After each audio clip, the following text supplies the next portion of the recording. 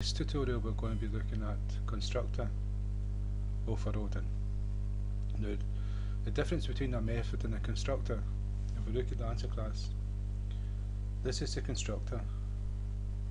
It is a method, but it's a method to initialize all the members of a class. So when you create an object of a class, an instance of it, the constructor method runs and it initializes all the member variables. And if you don't put a constructor method in a class, it automatically does a default one with no arguments, and so it does one anyway. And the difference, you can see a constructor doesn't return anything. Constructor is like construction. It's like a builder. It builds the class, so you can look at it as a builder or a constructor. It's a constructor method, so it's a class constructor, so that's the word for it. It doesn't return anything, so it doesn't have void here, or int, or string, or object, or array. Well, this is a normal method, get answer. It has to return value int. If it didn't return anything, it would have void, and you can see the difference. And it's a constructor has the exact same name as the class, and the class starts with a capital letter, and so does a constructor. The difference here is because it's a method, it has the brackets to put arguments into, and that's what we're going to look at. Constructor overloading. So we'll put arguments in, we'll have more than one constructor, and if we put one argument in, with it, one integer argument, that constructor will operate different from the default one, because we'll have different code inside the block, like the braces, start and stop. Any code between here will be executed when this constructor is run. And this is so simple that we've just got one data member, an integer called answer, and so we initialize that to 0. So because we've done the method overloading here, and this is the same as method overloading, but we're doing it with the constructor, so we've got a class, and by constructor overloading we can have that one class behave differently if we pass arguments to it. So if we pass one integer to the constructor, the class will behave in a certain way which it didn't beforehand. If we pass two integer arguments, it will behave different again. We're the designers, we control how it behaves.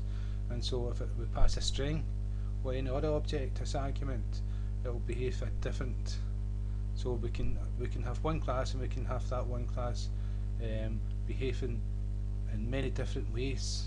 And so as a designer, it's a very powerful tool. And so instead of the method which does something, doing something different with arguments, we're doing it with the constructor. So this is the whole class is going to change. It's going to do something different, but we're not going to do it in the answer class, because we've already got these methods overloaded by the same name. So we'll go to the fourth class, and let's see, I've already got constructors in here which I tried out. Fourth, right, this is a constructor with default constructor, no arguments, and this is num. And what we've done is we've said num equals 50. Instead of initializing it 0, I've given it a value of 50, and this one is the value that is passed to it. So nums, whatever we pass to it, is going to get put in here, and it's going to be printed to screen. And then we've got two integers. I've not done any strings because the tutorial before we tried integers and strings and showed that you can do both, and an integer will be treated different from a string. And so we don't need to do that now because we know this. And so this is the constructor, and you can see that the constructor has got the same name as the class, but it's got brackets, and you can see that each one of these has got the same names of class. They've got brackets, but we've got arguments inside them. We don't have a return file because it doesn't return anything. We'll go down to the get num and the set num, and we have a return argument because these are methods, members of the class methods. And so we've got one default one, and then we've got two different constructors. And so if we go back to this second command, it's a fourth class, so it's this one here. So if we do system, no, if we just do, if we just pass, if we run this, let me just see, if we run a program 50, it's printed 50 out. Because we've created, why we didn't have to put anything in run is because what we've done is we've created the class, and we could create the class again. We'll do that just to show you.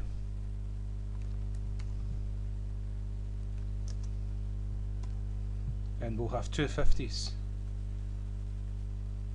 Okay, but this one we're going to pass an integer,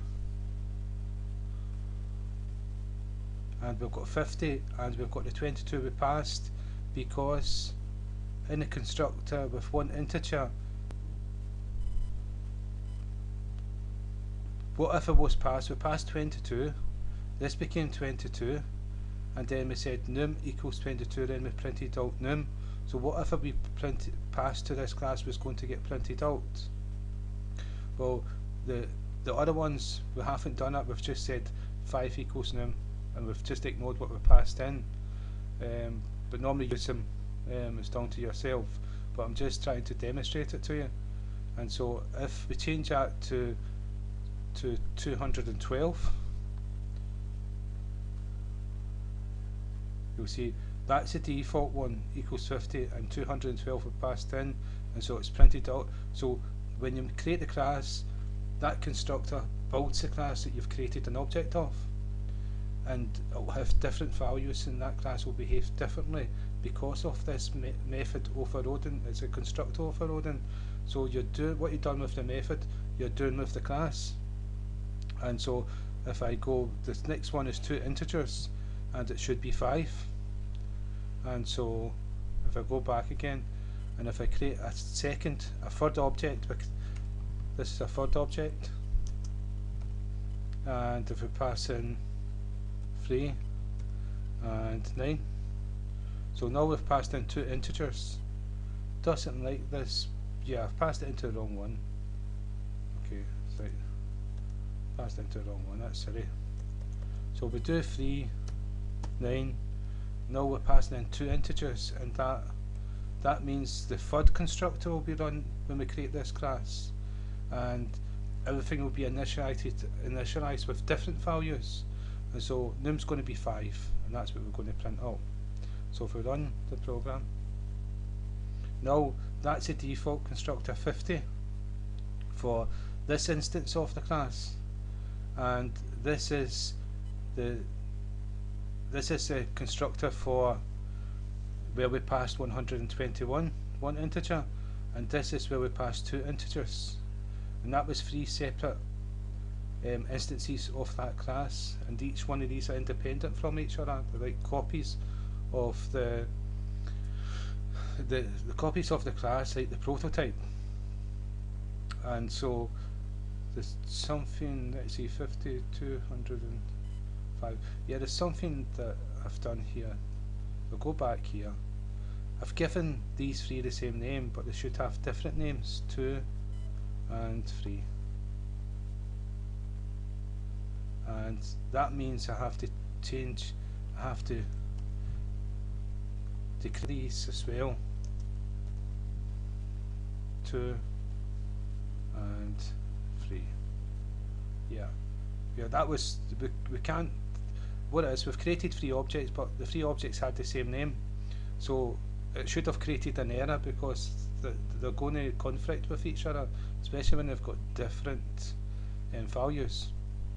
And so now we've got three separate ones, right? So what we've got is we've got FC dot with all get num, and then we've got FC2 dot get num,